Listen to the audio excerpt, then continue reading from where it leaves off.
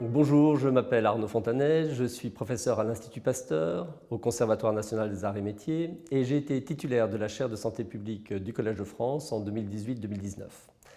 Je vais vous parler aujourd'hui de l'émergence des agents infectieux responsables de pandémies, et notamment de ce processus d'émergence et du rôle que les hommes y jouent. Alors assez curieusement, si on regarde les grandes pandémies jusqu'au XXe siècle, elles étaient plutôt liées à des bactéries. Je pense notamment à la peste, je pense à la typhoïde, je pense au choléra, dans des conditions d'hygiène assez rudimentaires. À partir du XXe siècle, ce sont plutôt les virus qui ont pris le dessus et qui ont été responsables des grandes pandémies qui nous ont traversées depuis maintenant 120 ans. Alors, on peut s'interroger effectivement sur ce mécanisme d'émergence, du rôle que l'homme y joue.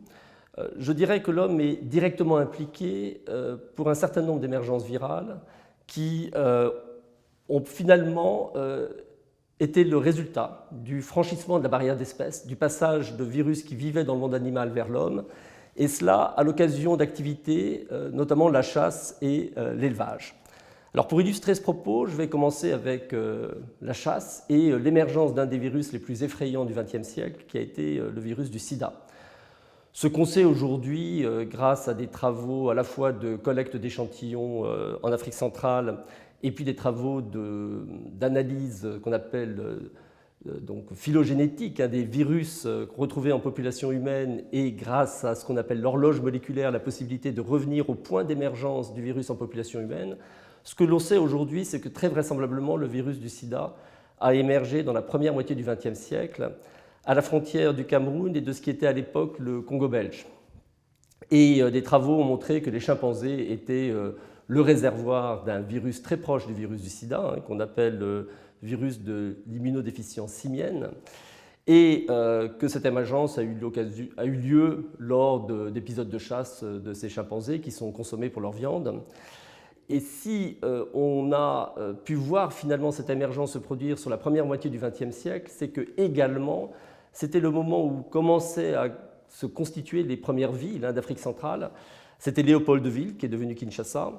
Et puis ensuite, la construction du réseau ferré du Congo belge, qui a favorisé la dissémination de ce virus au sein donc, du pays, avant qu'il parte sur le reste de la planète. Et là, l'avion a probablement évidemment joué un rôle dans cette dissémination ultérieure. Donc on a quand même aujourd'hui beaucoup d'évidence de cette origine du virus. On sait qu'il y a pu y avoir auparavant quelques émergences, mais qui n'avaient pas abouti à une épidémie. Et les premiers cas vraiment diagnostiqués de sida à Kinshasa, c'est la fin des années 70. Et on le sait parce que quand on regarde les dossiers médicaux, on voit que des patients se présentaient avec des candidoses œsophagiennes qui sont assez typiques du sida. Tandis que la tuberculose aussi était bien sûr une infection opportuniste très présente, mais pas nécessairement associée au virus du sida. Donc voilà un peu cette temporalité, une émergence qui a dû avoir lieu dans le milieu de la première moitié du XXe siècle, une croissance très lente de ce virus en population humaine, et puis à la faveur de l'urbanisation, puis après de la création des voies ferrées et puis des routes, une diffusion du virus plus large, et une épidémie conséquente à Kinshasa fin des années 70 et une pandémie mondiale à partir des années 80. Donc ça, c'est un premier exemple d'émergence où là, on voit bien que la chasse a joué un rôle, et toujours dans le même univers de l'Afrique centrale, toujours avec la chasse, on se doit d'évoquer le virus Ebola, dont le réservoir est également les grands primates, chimpanzés et gorilles. On sait qu'avant la plupart des épidémies d'Ebola humaines, on a pu retrouver chez les animaux des épidémies. Les grands primates malades sont capturés plus facilement. Les chasseurs s'infectent à leur contact, toujours en dépeçant la viande, et ramènent le virus dans leur village. Et c'est comme ça que naissent les épidémies d'Ebola. La première a été décrite en 1976, toujours en ce qui était à l'époque le Zaïre et est devenu aussi depuis la République démocratique du Congo. Et c'était le petit village de Yamboukou d'ailleurs, dans le nord du Zaïre, où la première épidémie d'Ebola a été décrite, avec, on s'en souvient, une mortalité extrêmement élevée. 80% des personnes infectées sont décédées, et puis les personnels soignants qui s'en étaient occupés ont été également très touchés. Vous connaissez la suite. Ce qui est intéressant avec le virus Ebola, c'est que donc là aussi, on a un réservoir animal qui est le grand primate. Également, les gibiers type antilope sont des réservoirs du virus Ebola. Il y a en amont une chauve-souris. On n'a pas la preuve absolument formelle que le réservoir animal ultime serait la chauve-souris, mais on le suspecte extrêmement fortement.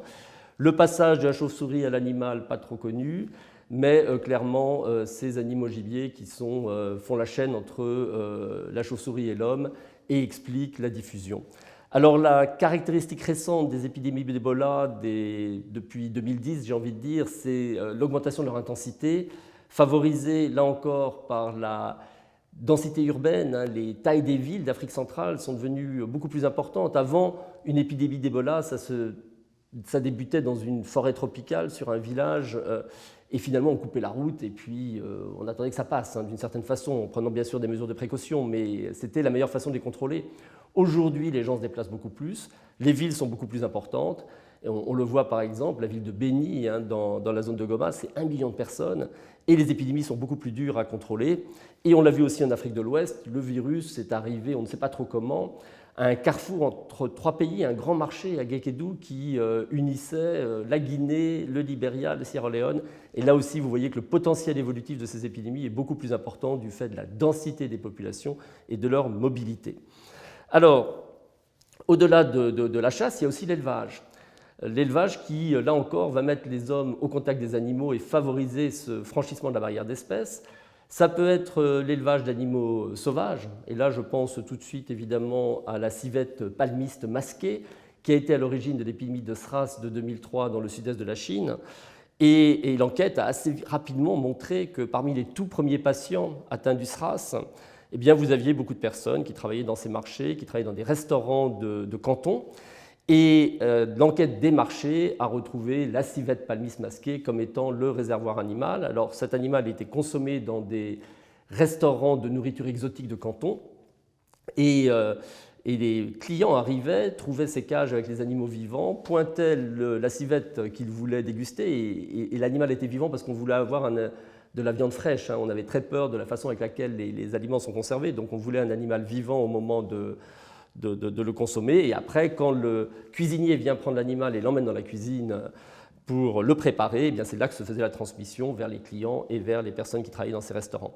Donc pour alimenter ces restaurants du sud-est de la Chine, des grandes fermes d'élevage de civettes avaient été mises en place, et c'est là que le passage s'est fait de l'animal à l'homme, ensuite dans les marchés et puis dans les restaurants.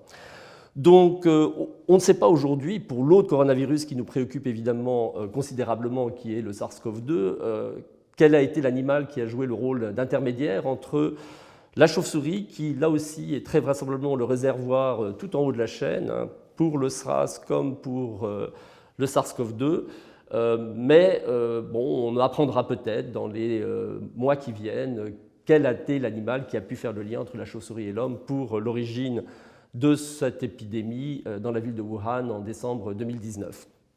Alors, dans l'élevage, on a parlé là des animaux sauvages, il y a évidemment l'élevage d'animaux domestiques, et là je pense tout de suite à la grippe, qui est quand même, avec ces nouveaux coronavirus, parce qu'il s'agit de virus respiratoires, une des plus grandes menaces. Alors espérons que ce qu'on a appris sur le contrôle de ce nouveau coronavirus, qui est pourtant si difficile, nous sera utile pour le contrôle d'une prochaine pandémie grippale, parce que je ne vous le cache pas, et je le disais dans mes conférences du Collège de France l'année dernière, notre grande menace, c'est les virus respiratoires, avec des taux de létalité supérieurs à 1 pour 1000, ce qu'on voit avec ce nouveau coronavirus, avec des nombres de reproductions, nombre de cas secondaires par personne infectée supérieurs à 2 ou 3, ce qu'on voit aussi avec ce nouveau coronavirus, avec des intervalles de génération, le temps qui sépare chaque vague de patients relativement court, 3 jours pour la grippe, 7 jours pour le SARS-CoV-2, et puis surtout avec une contagion avant le début des symptômes qui fait que les mesures de contrôle sont très difficiles à prendre. La grippe, elle coche toutes ces mêmes cases que le nouveau coronavirus sur le potentiel épidémique. Et puis un virus respiratoire, ça veut dire qu'il n'y a que les masques qui nous protègent et toutes les mesures très difficiles à prendre que vous avez vues ont dû être adoptées par les pays touchés par ces pandémies. Donc notre grande crainte au-delà de ces coronavirus, c'est les virus grippaux. Il y a déjà eu 4 grandes pandémies grippales. Je vous rappelle, il y a un siècle, la grippe espagnole qui avait été terrible. Et espérons que ce qu'on est en train d'apprendre nous servira pour la prochaine émergence grippale, à moins qu'il y ait d'ici là un vaccin pangrippal. Ça, je ne sais pas si la recherche le permettra. C'est extrêmement difficile. Mais soyons prêts pour ces émergences, une fois de plus, d'animaux en zone d'élevage. Et c'est les élevages de volailles et de porcins, évidemment, qui sont l'origine de ces recombinaisons de nouveaux virus grippaux qui peuvent devenir pandémiques. Alors, ça, c'était finalement les circonstances d'émergence où l'homme est directement impliqué dans l'émergence par la chasse ou l'élevage. Indirectement impliqué, je ne peux pas ne pas penser au réchauffement climatique. On sait évidemment comment les activités humaines ont nourri ce réchauffement climatique. Et parmi les émergences virales des décennies récentes, on a bien vu le rôle que pouvaient jouer certains moustiques dans la diffusion de virus comme celui de la dengue, de la fièvre jaune et plus récemment du chikungunya et du Zika. Les virus concernés, ce sont les virus Aedes. Et là, il y en a deux. Il y a Aedes aegypti, c'est le virus tropical qui, lui, est devenu exclusivement anthropophile et ne se nourrit plus que sur l'homme. Alors du coup, il s'est domestiqué, il est allé vivre à côté de l'homme dans ces grandes métropoles des pays tropicaux, plutôt dans les zones de bidonvilles où ils trouvent facilement des récipients contenant de l'eau qui permettent à ces larves de se développer. Et puis ces moustiques, qui sont maintenant en densité très importante dans ces zones tropicales, eh bien, ils attendent qu'on leur envoie des virus. Alors ils ont commencé par diffuser le virus de la dengue, qui est parti d'Asie du Sud-Est pour gagner l'Amérique latine. Le virus de la fièvre jaune, lui, est resté très actif, notamment en Afrique et en Amérique latine. Très curieusement, il n'est toujours pas arrivé en Asie, mais s'il y arrivait, ce serait une catastrophe parce que les moustiques Aedes aegypti du sud de la Chine, ils peuvent transmettre la fièvre jaune. Et là, les besoins en vaccins dépasseraient largement nos capacités. Donc c'est une des grandes menaces auxquelles il faut qu'on se prépare, parce que vous savez qu'il y a de plus en plus de contacts entre la Chine et l'Afrique, où on a récemment encore eu en Angola et en République démocratique du Congo des épidémies de fièvre jaune. Et puis il y a eu plus récemment le chikungunya, qui est parti de la Réunion en 2005 et puis qui a fait le tour du monde depuis, et le virus Zika, qui est parti de l'Afrique où il était décelé la première fois en 1947 en Ouganda, et puis ensuite en Asie du Sud-Est dans les années 70, qui est parti par le Pacifique dans les années 2000, est arrivé en Polynésie française en 2013-2014, et a gagné l'Amérique latine en 2014-2015, est responsable de cette épidémie dramatique qu'on a connue avec ces enfants nés avec ces microcéphalies quand leur mère avait été infectée pendant la grossesse. Donc vous voyez, ces moustiques, ils attendent finalement des virus, et ces émergences, elles peuvent avoir lieu à intervalles réguliers. Et là aussi, il faudra apprendre à lutter contre ces moustiques. Alors nous, on a en zone tempérée le cousin de Aedes aegypti, mais on l'appelle Aedes albopictus. C'est le moustique tigre qui s'est installé dans le sud de l'Europe il y a 20 ans à peu près, qui est devenu très dense dans le sud de la France, et qui gagne maintenant à peu près la moitié sud de la France, et qui est capable de transmettre localement des virus de dengue, de Zika, de chikungunya importés. Alors pour l'instant, comme les densités de moustiques sont faibles, même en fin d'été où ils culminent, on n'a eu que quelques cas groupés, de 5 à 10 cas maximum. Mais on peut craindre qu'avec le temps et le réchauffement climatique, les densités de moustiques augmentant, on se retrouve avec des épidémies plus importantes. Et donc là aussi, Aedes albopictus, le moustique tigre, pourrait nous poser des difficultés en zone tempérée. Alors je finirai en disant que finalement toutes ces circonstances écologiques, tous ces écosystèmes peuvent quelquefois peut-être aller dans un sens plus favorable pour nous, on ne le sait pas encore, mais quand je pense au réchauffement climatique, je ne peux pas m'empêcher de dire que pour ces virus respiratoires dont on a parlé, la grippe comme pour ce nouveau coronavirus, eh bien, ces virus-là, ils aiment bien les températures froides et sèches, et les climats secs, et que peut-être le réchauffement climatique va amoindrir les conséquences de ces pandémies à l'avenir, encore que, on l'a bien vu avec ce nouveau coronavirus, sa diffusion, en tout cas quand la population est encore complètement susceptible, reste extrêmement rapide. Je vous remercie pour votre attention.